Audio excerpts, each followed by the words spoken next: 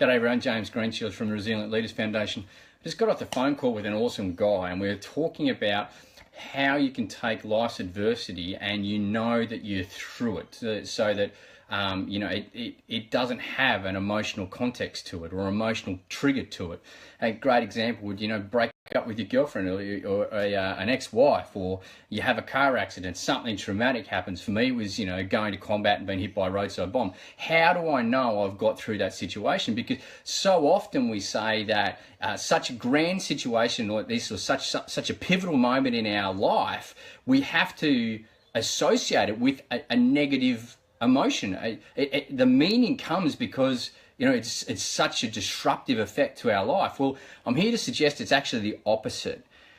And that's because when you truly know you've moved through something, then you've gone through recovery. You don't just hit recovery, you keep going, and you can actually grow from the situation. Now, these are terms in which, at the moment, the psychiatric fraternity is still grappling with. There's no a concise agreement about what. So, for instance, post-traumatic growth or post-traumatic stress recovery actually is defined as. In our work, we define post-traumatic stress recovery as when you have a neutral or positive emotional response to the situation. Now, a lot of people go, how can you have a positive response? Well, when you go into that, basically post-traumatic growth is when you have found the meaning. Viktor Frankl, in one of the best books going around, Man's Search for Meaning, suffering ceases to be suffering when meaning is found. For me, being hit by a roadside bomb, fourth best day of my life, hands down. Why? Made me wake up to my priorities in life. When I look back at the other trials and tribulations I've had in life, I can see, well, my anger with my girls when they were really young. I had to go through this whole journey of forgiveness and everything into myself. What has that meant? What has that given me? It's given me an understanding about what anger actually is. It's given me empathy. It's given me gratitude for understanding emotions and be able to see it play out in another individual, which means I can then help them. So if my girls are going through something turbulent, I have the emotional literacy and the balance to be able to see and read what's going on for them to help them in the best possible way. So I've moved through it. Now, here's the kicker. What we've got to do is, if we look at that period of adversity, for instance, I had a really bad breakup with a woman or a man, our partner, and we go, and it really gets us down. We could be low. Lots of different things could happen for us. Well, the first component is we've got to reframe how that happens. And in other words, we've got to shut down those negative stories which keep filling up this bucket of negative emotion. That bitch, she shouldn't have done that. She's bloody taken me to the cleaners, blah, blah, blah. I really truly recommend, if you're going to have a look at reframing, you look at that person and you go, right, what in that person do I not like about myself?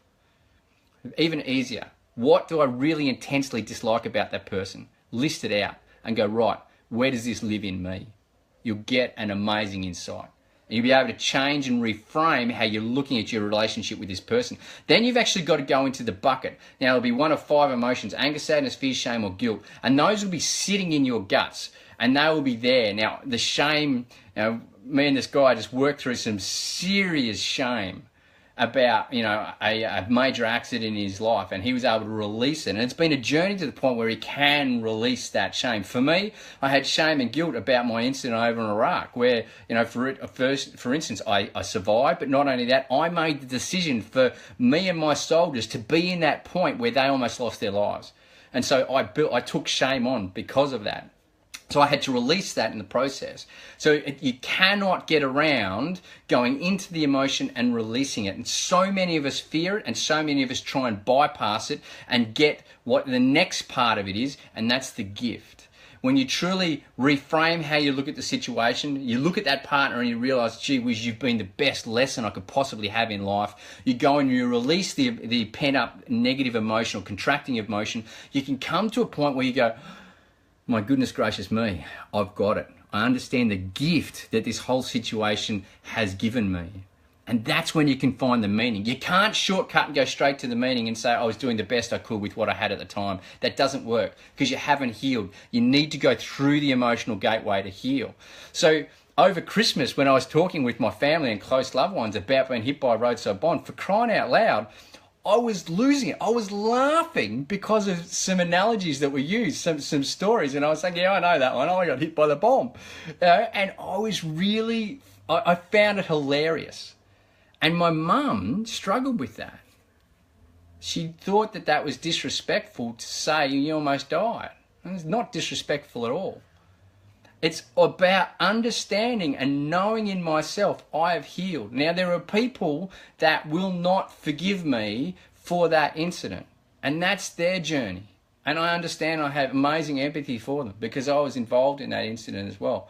But there's some amazing people that had seen me and go, Cheese is my nickname. Why did you get so pent up about it, man? You know, why did you blame yourself for it? You were doing it as you could. You did a really, really good job. But that didn't matter because it's my perception of the whole thing. Exactly the same with the relationship with a partner. It's your perception with that if you break up. If something doesn't go quite right, you get sacked from work, or have a massive flare-up inside the family, or you have an accident, something physically happens to you. It's your perception that you have and the decision you make about yourself, which is pivotal. So when you reframe, you've got to change that decision. Then you've got to go in and release the emotion, and then you've got to sit in it. And you've got to see the gift that the universe has presenting for you. For me, I'm now at one with death, which means I'm at one with life. It means I can truly live life. I can truly be one, and I can look at my daughters and I can be there in balance for them. I don't have to have a script and control them because I know that life has a funny way of working itself out. With my partner in life, a person who I used to call my wife, and she's gone beyond that because of what she is for me. I don't need to control her anymore. I don't need her next to me. Although I'm pretty stoked that she chooses to be next to me. That doesn't matter because I'm at one with that whole thing. So I've moved through recovery from my post-traumatic stress, and I've come to a point of growth.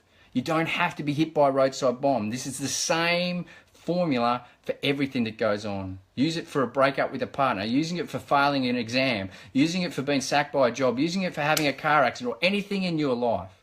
Sit with it, reframe how you look at it. Use it to gain a lesson. Release the emotion and find the gift. I trust that's been a benefit. And remember, if you're hurting, or if you've got more to give in life and you want to be an amazing individual with an amazing family, put your hand up, come to a Put Your Hand Up event near you very, very soon. Much love. Cheers.